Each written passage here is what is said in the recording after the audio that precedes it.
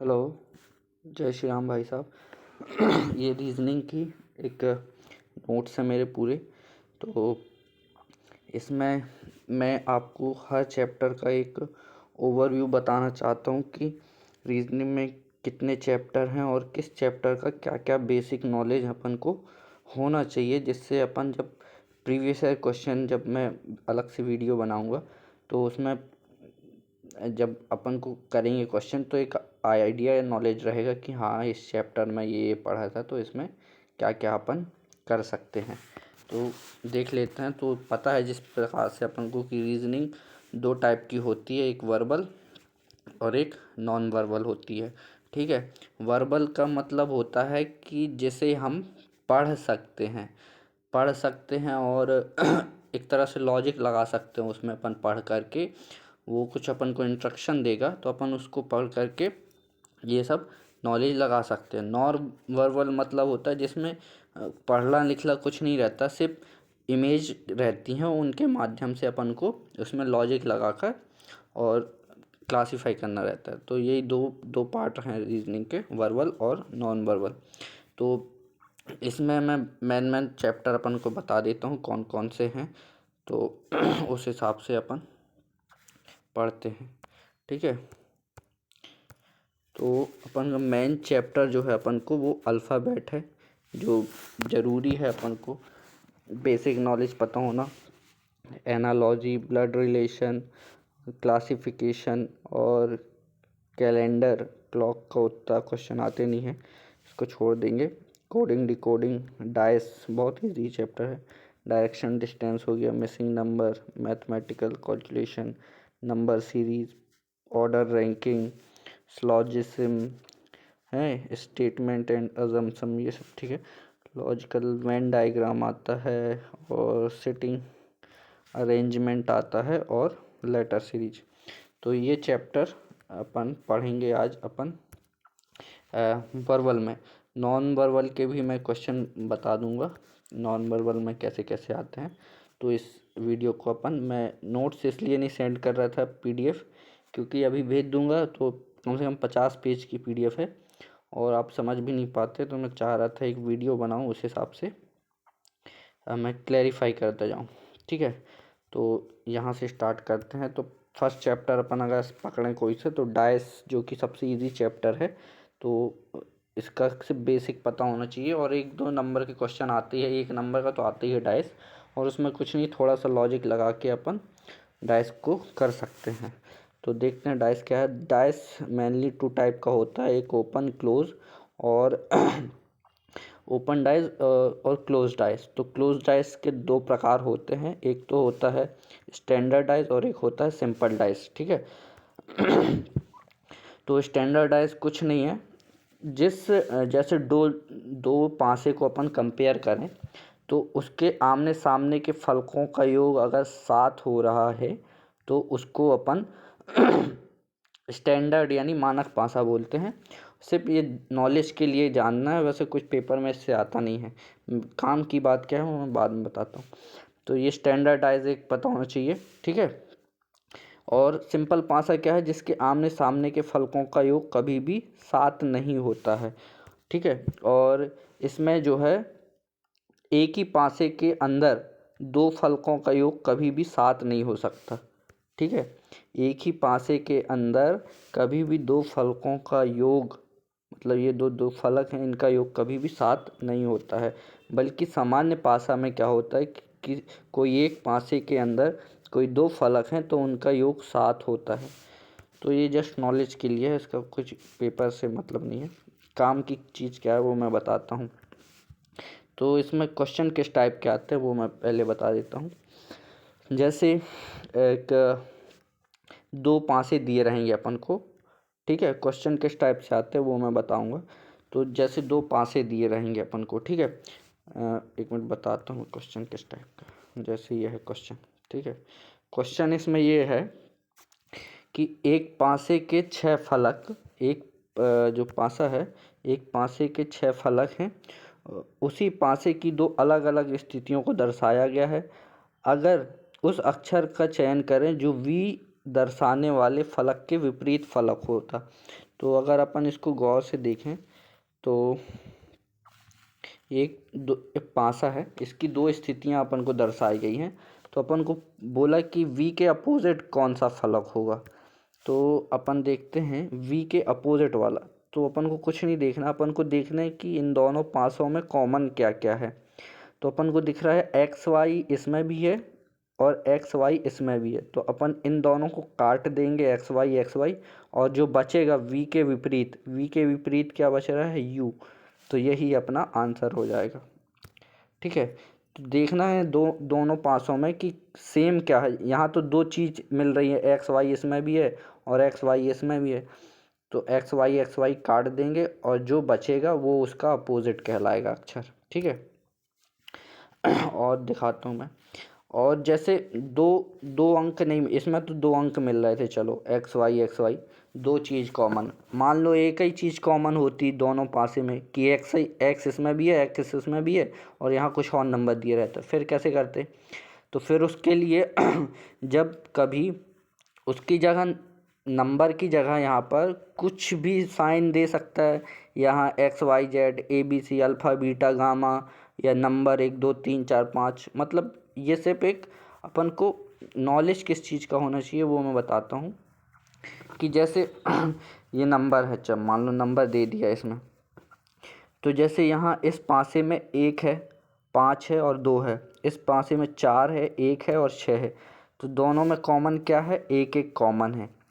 तो अब पूछा है जब कभी नंबर रिपीट हो, अब क्वेश्चन इसमें मान लो पूछ लिया कि बताओ कि 5 के अपोजिट क्या है। तो यहाँ से अपन को दिख रहा है कि 5 के अपोजिट 6 है, 2 के अपोजिट 4 है, नहीं 2 के अपोजिट 1 है। तो अपन को बताना पड़ेगा कि क्वेश्चन किस टाइप का आ रहा है। तो अगर एक एक नंबर है इन दोनों में, मान लो कोई एक संख्या कॉमन आ रही है, तो फिर क्या करेंगे, तो फिर अपन उस संख्या को लेंगे।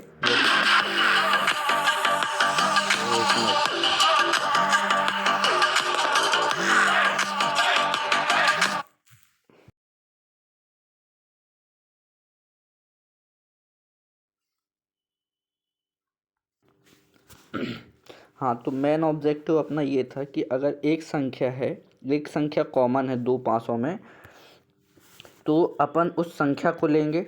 ठीक है, जैसे इस पासे में 1 है और 2 है और 5 है, मतलब अपन को उस संख्या को लेना है और क्लॉकवाइज डायरेक्शन में अपन को घूम जाना है।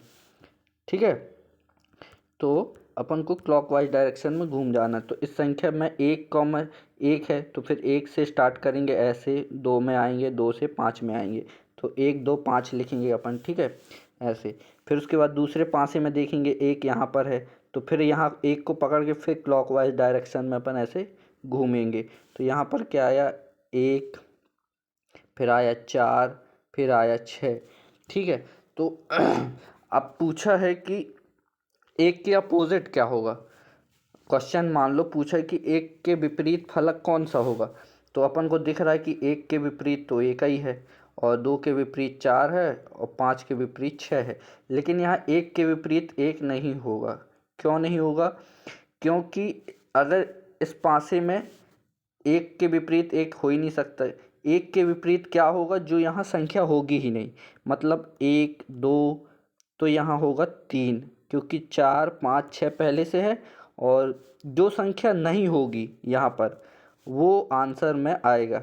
ठीक है, तो ये इसका एक ये सिंगल संख्या वाला है कि अगर दो पासों में कोई एक चीज़ कॉमन है तो कैसे, तो ये समझना अपन को। ठीक है, अब ऐसे ही अगर समझ लो कि दो दो दो नंबर वाली आ जाएं, जैसे ये वाला है कि दो पासे दिए हैं, अब इनमें दो नंबर कॉमन है, 3 4 इसमें भी है, 3 4 इसमें है।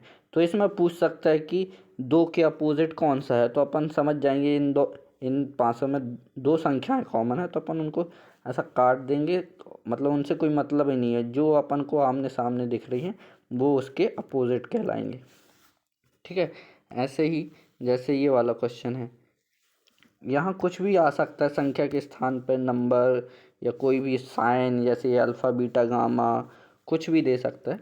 तो अपन को समझना। अब जहाँ यहाँ पूछ लिया, यहाँ अपन को दिख रहा है जी बी इसमें भी, तो ये कट गया, तो अपन को समझ गया आर के अपोजिट पी होगा। ठीक है, तो यही समझना है अपन को। अगर ऑप्शन में नहीं है, मान लो जी बी है, ठीक है, जी बी है, लेकिन ऑप्शन में आर के अपोजिट पी नहीं है, आर के अपोजिट पी नहीं है, तो फिर क्या होगा आंसर? जो जो इनमें नहीं होगा, ऑप्शन में कोई अलग संख्या आ जाएगी, मान लो एम हो गई, तो वो आंसर कहलाएगा।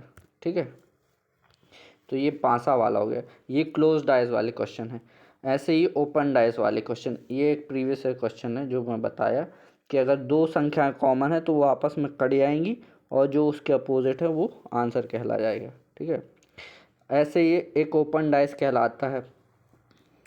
ओपन डाइज भी बड़ा इजी है, इसको सिर्फ एक बार समझना है डाइस का क्वेश्चन, और फिर आसानी है फिर इसमें करने में, इसमें कोई दिक्कत नहीं है डाइस के क्वेश्चन में। ठीक है, देखो ये है ओपन डाइस, वही डाइस है, बस ये खुल गया है। तो इसमें क्या है, इसमें जो है ये इसके अपोजिट ये होगा, ठीक है, इसके अपोजिट ये होगा, और जो ये लास्ट वाला है ये वाला, इसके अपोजिट ये वाला होगा। बस यही समझना है अपन को। ठीक है, तो अपन लिख देते हैं कैसा कि जैसे बी के इक्वल में डी है, बी के इक्वल में डी लिख देंगे, बी बराबर डी, सी बराबर ई और एफ बराबर ए। ठीक है, ये हो गया अपना ऑप्शन। अब इसमें क्वेश्चन पूछ लिया, इनमें से कोई भी आमने सामने 6 में नहीं होना चाहिए। मतलब अब जैसे ये है, अब इनमें से पूछ रहा सबसे अलग कौन सा पासा है, इन चारों पासों में से सबसे अलग पासा कौन सा है। तो कैसे पता चलेगा? तो ये ऐसे पता चलेगा कि किसी भी एक पासे में ये संख्याएं आमने सामने बराबर वाली नहीं होनी चाहिए। मतलब एक पासे में हमेशा तीनों के अलग अलग संख्याएं होनी चाहिए। कैसे? मतलब जैसे इसमें देखो बी डी एफ, तो यहाँ देखो B equal to D equal to F, तो आमने सामने वाली संख्याएं नहीं होनी चाहिए। एक पासे के अंदर अगर आमने सामने वाली संख्याएं हैं तो मतलब वो पासा गलत है। तो सही पासा कौन सा होगा? जिसमें अलग अलग संख्याएं हों। जैसे ये वाला देखो, इसमें क्या है, इसमें डी है, फिर क्या है एफ है, और फिर क्या है ई है। मतलब तीनों के अलग अलग पॉइंट है, ये नहीं कि एफ भी है उसमें ए भी है, तो फिर वो गलत कहला जाएगा।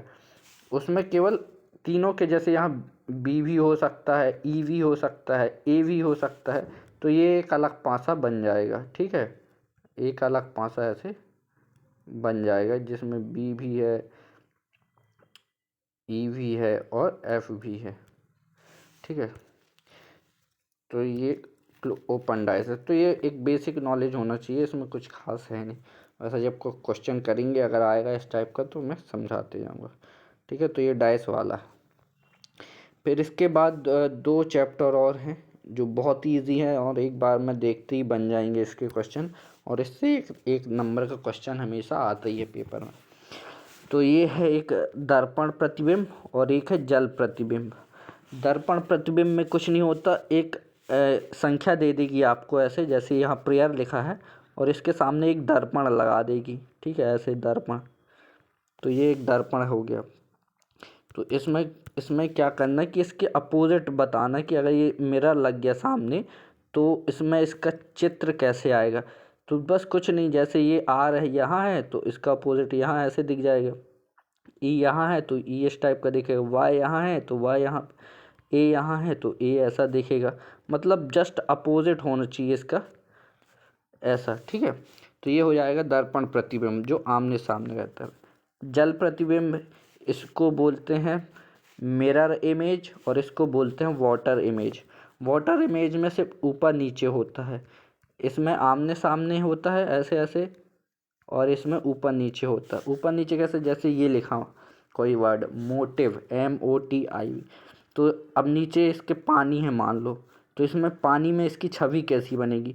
तो M के सामने M उल्टा M बन जाएगा, O तो वैसे ही रहेगा, T तो T ऐसा बन जाएगा, I वही रहेगा, V ऐसा है तो ये जस्ट अपोजिट है, मतलब इसमें कॉमन सेंस लगाने वाला है कि इसमें कुछ भी क्वेश्चन इस टाइप में आता है कि जैसे यहाँ 8 है, यहाँ भी 8 है, 9 ऐसा है तो 9 का उत्तर ऐसा होना चाहिए। अब कई बार उत्तर ऐसा दे देगा तो ऐसा तो होगा नहीं, ये उल्टा 6 को ऐसा बना, मतलब कुछ भी कहीं भी घुमा सकता है। 6 ऐसा बनता है तो यहाँ भी कुछ उसको ऐसा कर सकता है।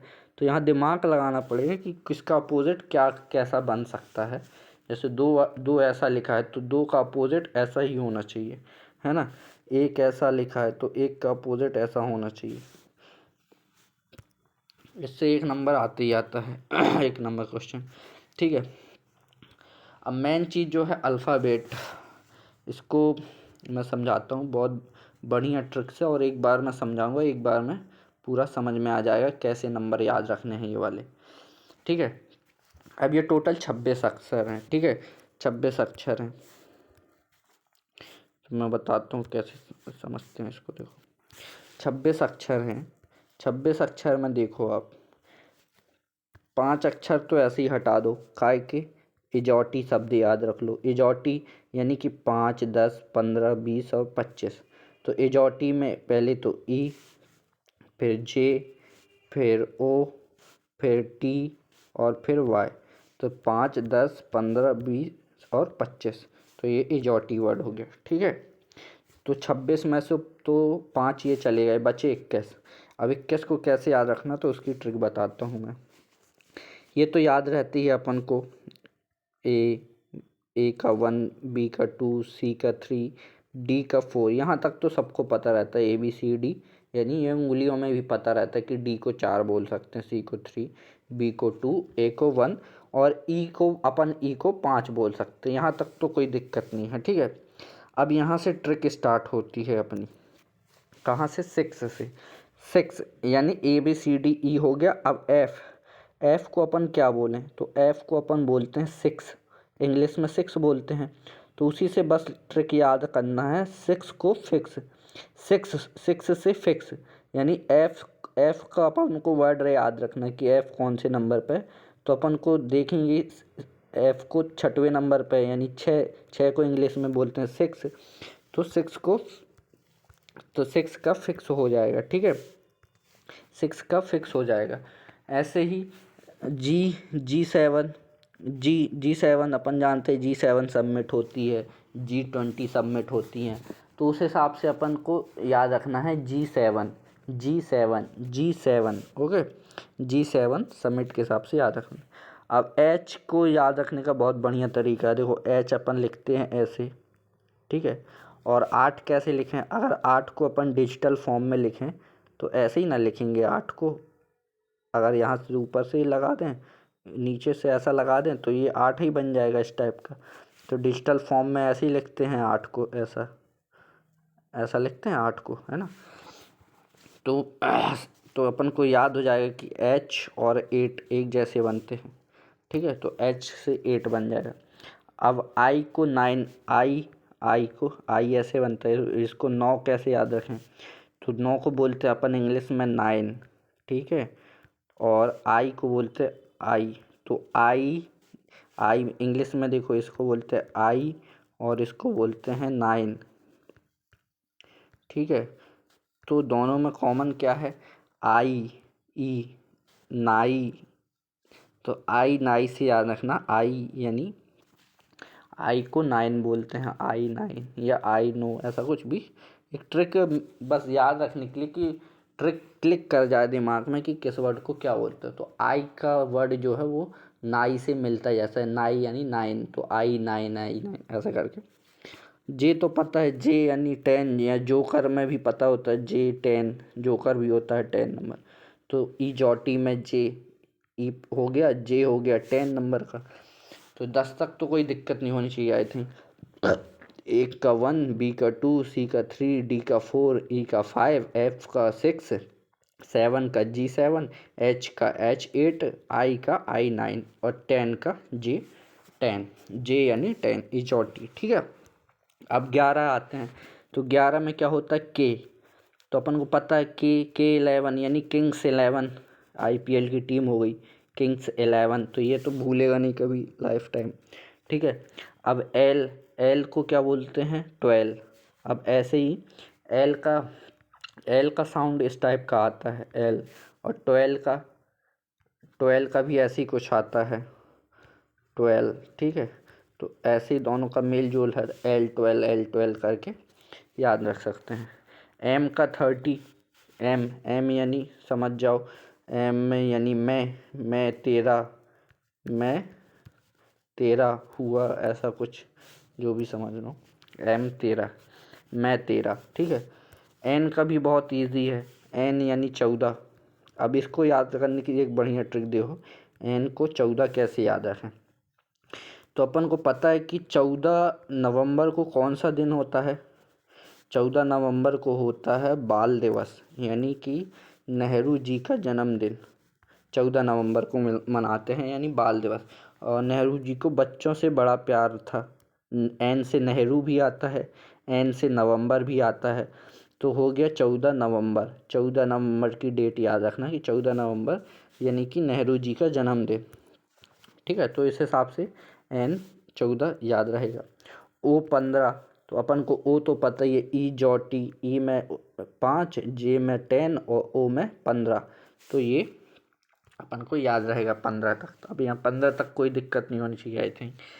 तो देखो, ए को 1, बी को 2, सी को 3, डी को 4, ई को 5, एफ को 6, जी 7, एच 8, आई 9, जे 10 जोकर, किंग्स 11, एल 12, एम 13, मैं 13, और एन 14 यानी कि नवंबर या नेहरू 14, और ओ 15। तो 15 तक तो कोई दिक्कत नहीं होनी चाहिए। ये इसलिए याद करना ज़रूरी है रीजनिंग में, क्योंकि आधी रीजनिंग के क्वेश्चन, कम से कम 5 से 6 क्वेश्चन, अगर कोई 25 नंबर का रीजनिंग आ रही है तो उसमें 5 से 6 नंबर के क्वेश्चन सिर्फ इसी पर बेस्ड होते हैं, अल्फ़ाबेट पे। और ये बिल्कुल माइंड पे होनी चाहिए, एक बार में याद आ जाए ऐसे, मतलब इनके नंबर पता होने चाहिए अपन को। तो 15 तक तो कोई दिक्कत नहीं। अब यहाँ से देखो 16 से, टी का तो पता है, इजॉटी में टी को 20, तो अपन को ऐसे भी याद हो सकता है कि T20 क्रिकेट मैच होता है, तो ये भी नहीं भूलेगा कभी। ठीक है। अब आते हैं ओ के बाद, 15 के बाद आते हैं 16 पे। 16 में एक स्टोरी याद रखो कि पी को 16 क्यों बोलते हैं। तो एक राजा था, राजा यानी प्रिंस, पी से याद रखो, प्रिंस था एक। ठीक है, वो 16 साल का था। ठीक है, प्रिंस जो है यानी राजा जो है वो 16 साल का है। ठीक है, और क्वीन, क्यू को 17 बोलते हैं।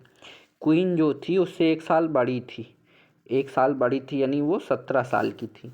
ठीक है, तो प्रिंस और क्वीन 16-17 साल के थे, और राजा जो था यानी जो प्रिंस का पिताजी था राजा, वो राजा जो है वो 18 साल का था राजा, ऐसा याद रख सकते हैं। राजा जो था वो 18 साल का था राजा, और उसका जो सिपाही था यानी कि एस, वो 19 साल का था। यानी एक ऐसी दिमाग में स्टोरी याद रखो कि जो राजा था, राजा यानी 18, वो पी और क्यू यानी कि प्रिंस और क्वीन, इन दोनों की शादी करवाना चाहता था। तो तो एक सिपाही आ गया, वो बताया कि हाँ राजा जी, ऐसे ऐसे शादी कराना है। तो सिपाही जो था वो बड़ा था सबसे, यानी 19 नंबर का था। तो ये ऐसे ही 3-4 याद रखना कि पी को, वैसे भी ओ के बाद P, Q, R, S, T, इनमें कोई दिक्कत नहीं आनी। तो प्रिंस समझना, पी प्रिंस 16, और ये याद तभी होंगे जब अपन बार बार इनको लिखेंगे कहीं या रिवाइज करेंगे डेली। एक बार एक नज़र बस मारनी पड़ेगी तो वो दिमाग में क्लिक हो जाएगा कि हाँ इसको क्यों ऐसा बोलते हैं। तो टी को 20 यहाँ तक होना चाहिए, एस को 19 यानी सिपाही, और आर को राजा यानी 18, 17 को क्वीन, और 16 को प्रिंस, ऐसा याद रख सकते हैं। ठीक है, अब इसके बाद आता है T20 हो गया। अब इसके बाद आता है U21 यानी अंडर 21, एक क्रिकेट टीम होती है या टूर्नामेंट होता है अंडर 21। तो अंडर यानी अंडर 21, तो ये 21 भी याद रहेगा अपन को। वी को 22 कैसे याद रखेंगे? तो जब कोई नेता चुनाव जीतता है तो ऐसे 2 उंगली दिखाता है वी करके, वी वी यानी 2, 2 2 यानी 22, ऐसा कुछ दिमाग में लॉजिक बना सकते हैं अपन इसको। ठीक है, तो यू हो गया यानी अंडर 21, वी हो गया 22, यू वी। अब डब्लू को क्या क्या ऐसे याद रखें, तो अपन को पता था कि अपन ने एम को क्या 13 याद रखा था, एम 13, तो 13 10 कितना होता है 23, तो एम का उल्टा होता है डब्लू, तो तो 13 का उल्टा क्या हो गया 23, ऐसे एक लॉजिक बना सकते हैं अपन। तो डब्लू हो गया 23। अब उसके बाद हो गया 23 के बाद 24, तो एक्स 24, तो ऐसे याद रखो कि एक्स किसी का एक्स-रे जो है वो 24 नंबर का था, ऐसे याद रख सकते हैं X24। और वाई यानी 25, तो अपन को पता है जॉटी में 25, वाई जो है वो 25वें नंबर पे आता है। और लास्ट बचा जेड, तो जेड यानी जेड जो हो गया वो 26 नंबर पे जेड हो गया। तो आई थिंक ये याद करने में कोई दिक्कत नहीं आनी चाहिए, और एक बार इनको रिवाइज करोगे तो वैसे ही याद हो जाएगा। ठीक है, एक बार और रिवाइज करवा देता हूँ फटाक से। सबसे पहले इजॉटी याद रखो, इजॉटी, ई में ई जे ओ टी और वाई। ठीक है, इजॉटी, इजॉटी, ठीक है, इजॉटी, ई जे ओ टी वाई, इजॉटी। ई यानी 5, जे यानी 10, ओ यानी 15, टी यानी 20 और वाई यानी 25। तो ये तो 5 याद रहते हैं, 5 सीक्वेंस याद रखना, ई जो टी यानी 15। ठीक है, अब बारी आती है इसकी। देखो, ए को 1, बी को 2, सी को 3, डी को 4 और ई को 5। F6 फिक्स याद रख सकते हैं, G7 सबमिट से याद रख सकते हैं, H8 याद रख सकते हैं कि क्लॉकवाइज H को ऐसे बना देंगे तो H8 बन जाएगा। ठीक है, H8 हो गया। फिर I9, आई नो या I9 ऐसा कुछ, J10 यानी J तो किंग्स 11 यानी कि के को 11, L को 12, L12, L12, L12 ऐसे करके याद रख सकते हैं कि L को 12, L12 ऐसा कुछ। ठीक है, फिर M 13 यानी मैं 13। ठीक है, और इसी का अपोजिट याद रखना W यानी कि 23, 13 10 23, तो ये दोनों तो याद हो गए। N को याद रखना, N को 14, क्योंकि 14 नवंबर को बाल दिवस मनाया जाता है, यानी कि नेहरू जी का जन्मदिन होता है। तो N से नेहरू, नेहरू यानी 14, ऐसे दिमाग में लॉजिक लगा सकते हैं। ओ को 15 याद रखना ही चाहिए कि इजॉटी में ओ का स्थान 15 नंबर का होता है। ठीक है, तो ये एक बार में क्लिक होनी चाहिए। ई यानी पाई,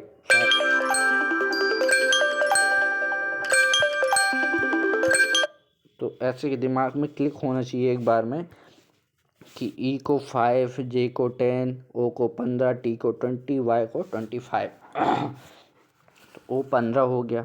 पी को 16 बोलेंगे, प्रिंस। क्वीन जो थी वो 17 साल की थी। फिर राजा जो था 18 साल का था, और सिपाही जो था इन सबसे बड़ा था सिपाही, तो वो 19 साल का था, ऐसे याद रख सकते हो। और बाकी आया फिर इसके बाद T20, तो टी के बाद 20 आता है। ठीक है, फिर U21 यानी अंडर 21, V22 ऐसे याद रखना, V22।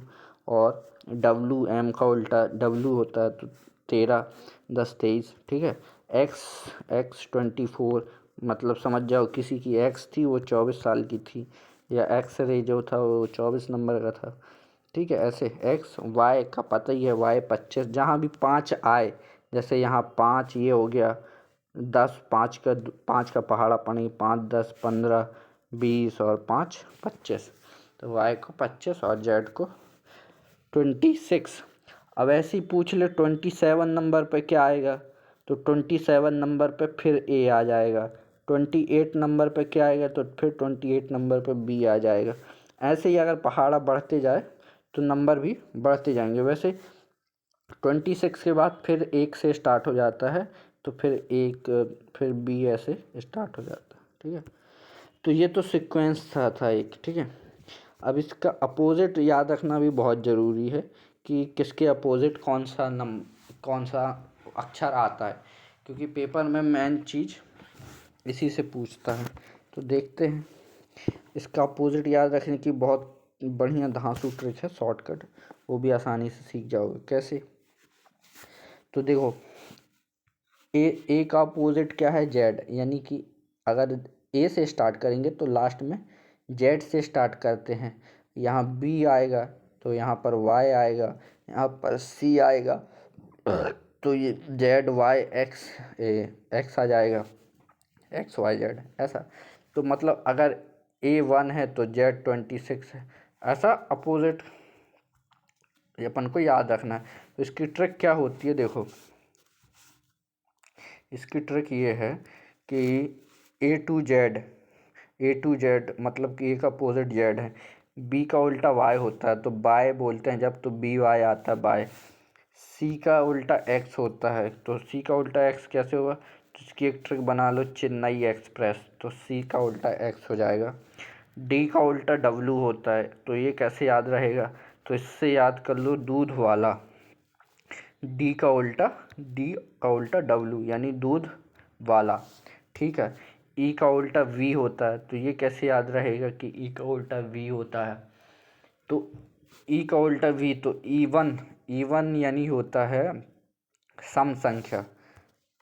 सम को इंग्लिश में बोलते हैं even number, EVEN, even number सम को बोलते हैं। और 22 क्या है? 22 एक सम संख्या है। तो ऐसे याद रख सकते हो कि ईवी से यानी ईवन। और ऑड क्या बोलते हैं? ऑड को विषम संख्या बोलते हैं, तो एक नॉलेज के लिए। तो ई का उल्टा वी होता है E1, एफ का उल्टा यू होता है, तो ऐसे कैसे याद? तो एफ फन याद रख लो, FUN, तो एफ का उल्टा यू होता है फन, है ना। जी का उल्टा टी होता है, तो ऐसे गुजरात टाइटन टीम का नाम है, तो उससे याद रख लो, जी का उल्टा टी होता है GT, ठीक है। HS कैसे याद रखें? तो हनी सिंह का नाम याद रख लो, हनी सिंह, HS, ठीक है। IR कैसे? तो IR से समझ जाओ, इंडियन रेलवे, तो आई का उल्टा R, ठीक है। और जे का उल्टा क्यू, तो JQ कैसे याद रखेंगे? तो जैकलीन याद रख लो कि जैकलीन में जे भी आता है और क्यू भी आता है, तो जे का उल्टा क्यू, ठीक है, जैकलीन। के का उल्टा पी होता है, तो KP कैसे याद नहीं? तो ये तो मान लो काला पानी या कमला पसंद, जो भी सही लगे, कि कमला पसंद, के का उल्टा पी, कमला पसंद। जहाँ भी ये आए तो वहाँ अपन को ट्रिक दिमाग में क्लिक करनी चाहिए एक। तो ये तभी होगी जब अपन डेली इसको एक बार लिखेंगे रीजनिंग शुरू करने से पहले। ये दोनों चीज़ें बहुत इम्पोर्टेंट है, तो बस एक नज़र मारना है 5 मिनट इन पे, तो वो 2-3 दिन में याद हो जाएगी अपने आप। JQ हो गया, फिर KP कमला पसंद हो गया। L का उल्टा O होता है, तो L लव से मान लो कि L के बाद O आता है, तो LO लव, ठीक है। और M का उल्टा N होता है, तो इसको भी याद रख लो, मोबाइल नंबर, तो यानी M का उल्टा N, ठीक है। एक बार नंबर लिख के मैं बताता हूँ इसको, ठीक है।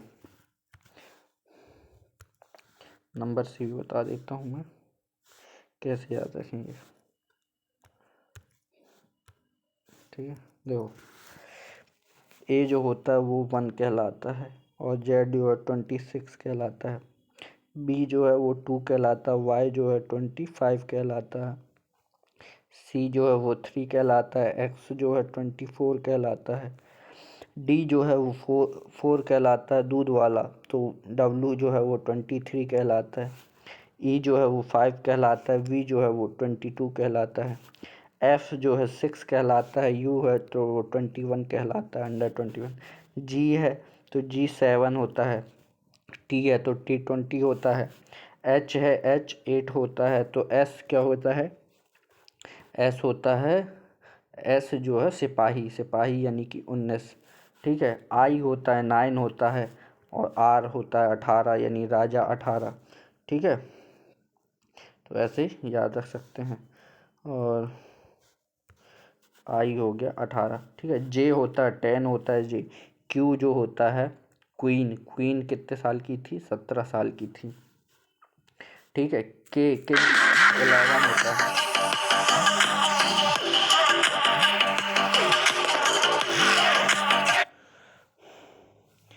तो किंग्स 11 होता है, ठीक है, किंग्स 11 होता है। और किंग्स 11 हो गया। और फिर एल जो होता है वो 12 होता है, ओ जो होता है वो 15 होता है, एम जो होता है वो 13 होता है, और एन जो है वो 14 होता है। तो बस ये शॉर्ट ट्रिक है, वो एक दो बार पढ़ोगे। और इंग्लिश में 5 वॉवल होते हैं, ये भी याद रख लो, किसी किसी क्वेश्चन में फंसा देता है, कोई कोई ट्रिक लगाता है कि ये क्या होता है। A E I O U, ये इंग्लिश के 5 वॉवल होते हैं, तो इनसे भी ट्रिक बन जाती है कई बार।